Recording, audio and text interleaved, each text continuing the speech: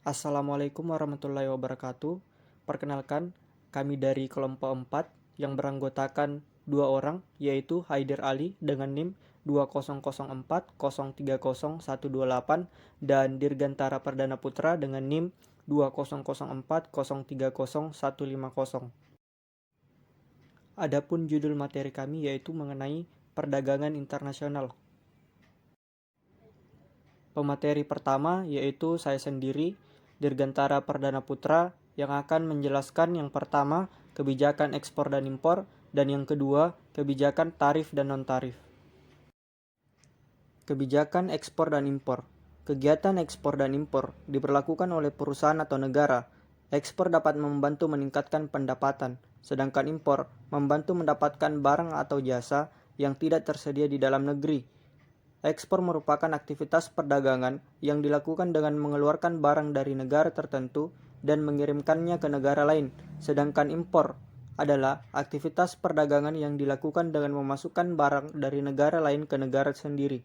Antara ekspor dan impor, keduanya sama-sama bisa dilakukan oleh perusahaan, perseorangan, ataupun negara. Dua kegiatan perdagangan internasional ini memiliki serangkaian kebijakan yang harus diterapkan dan dipatuhi oleh pihak yang terlibat di dalamnya. Hal ini dilakukan supaya tujuan dari pembuatan kebijakan tersebut bisa tercapai.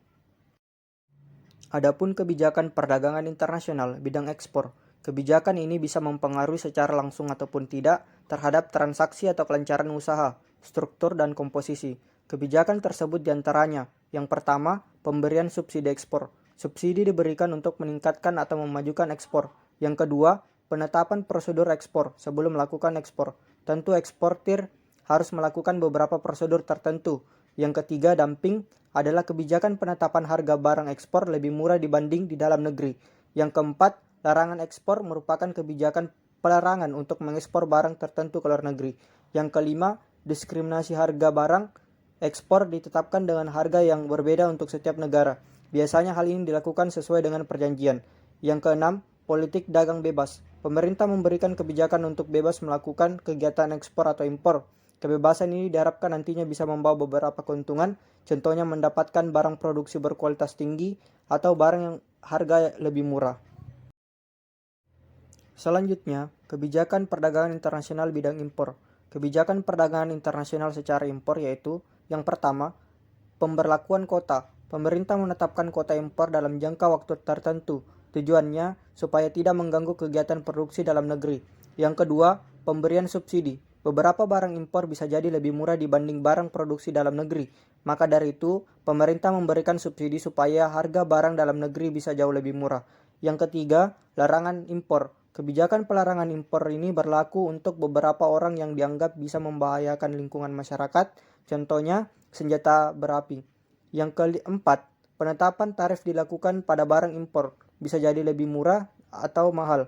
Jika harga barang impor lebih mahal, hal ini bisa mendorong masyarakat untuk lebih memakai produk dalam negeri. Selanjutnya, kebijakan tarif dan non-tarif. Yang pertama, kebijakan hambatan tarif atau tarif barrier adalah suatu kebijakan proteksionis terhadap barang-barang produksi dalam negeri dari ancaman membanjirnya barang-barang sejenis yang diimpor dari luar negeri dengan cara menarik, mengenakan pungutan bea masuk kepada setiap barang yang masuk untuk dipakai atau dikonsumsi habis di dalam negeri. Yang kedua, kebijakan hambatan non-tarif atau non-tarif barrier adalah berbagai kebijakan perdagangan selain bea masuk yang dapat menimbulkan distorsi sehingga mengurangi potensi manfaat perdagangan internasional. Kebijakan tarif dan non-tarif. Tarif yang merupakan kebijakan perdagangan yang paling umum adalah sejenis pajak yang dikenakan atas barang-barang yang diimpor. Tarif spesifik dikenakan sebagai beban tetap unit barang yang diimpor.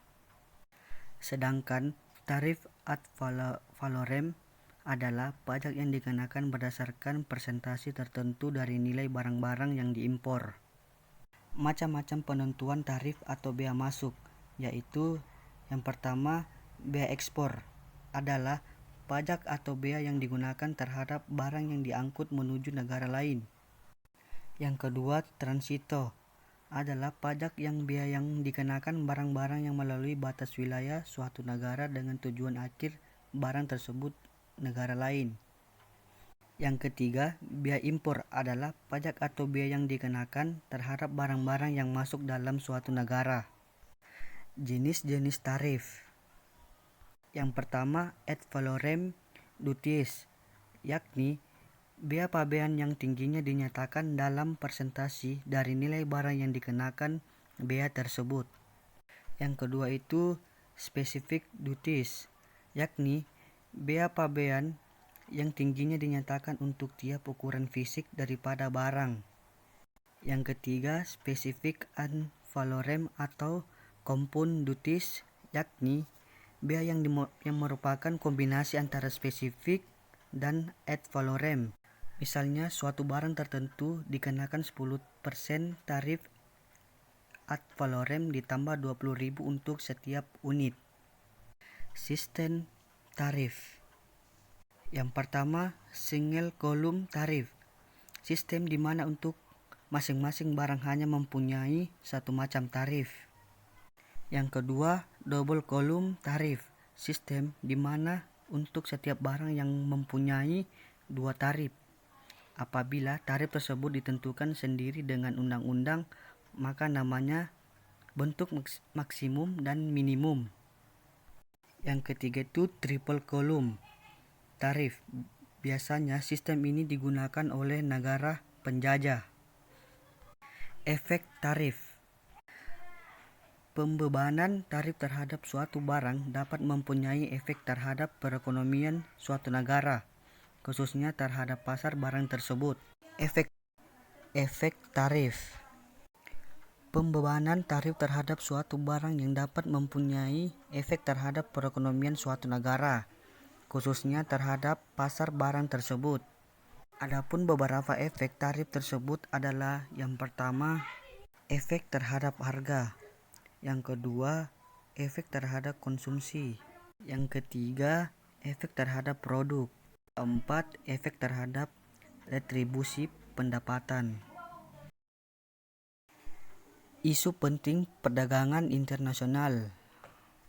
Isu perdagangan internasional dengan konsep pasar bebas telah membuka jalan lebih baik luas khususnya bagi negara-negara yang berkembang di mana siapapun berhak memainkan hak jual beli produk di level internasional sesuai ketentuannya. Dewasa ini terdapat 3 wilayah sektor usaha di Indonesia yang masih mengandung potensi menghasilkan produk yang memiliki keunggulan secara komparatif untuk diperdagangkan secara internasional. Itulah tadi materi yang dapat kami paparkan mengenai perdagangan internasional. Mudah-mudahan Anda paham dengan video yang kami bahas.